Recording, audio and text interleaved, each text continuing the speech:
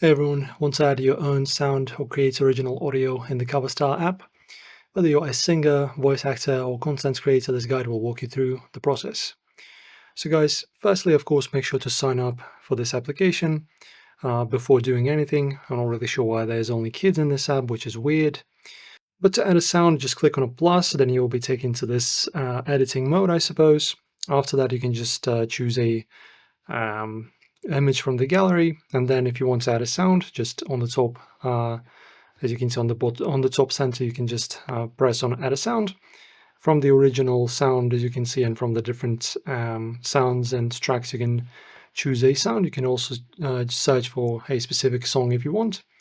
For some reason, it's not clicking for me. Very top one, and as you can see in the top, it's now being shown that it's a certain track that's going to be played. And after that, you just record a video or just choose from the gallery and then save. And everything that you make, either it's a video or a photo, will have this sound in it. So hopefully this helps you out and assists you guys in using this application. Enjoy, like and subscribe, and I will see you soon.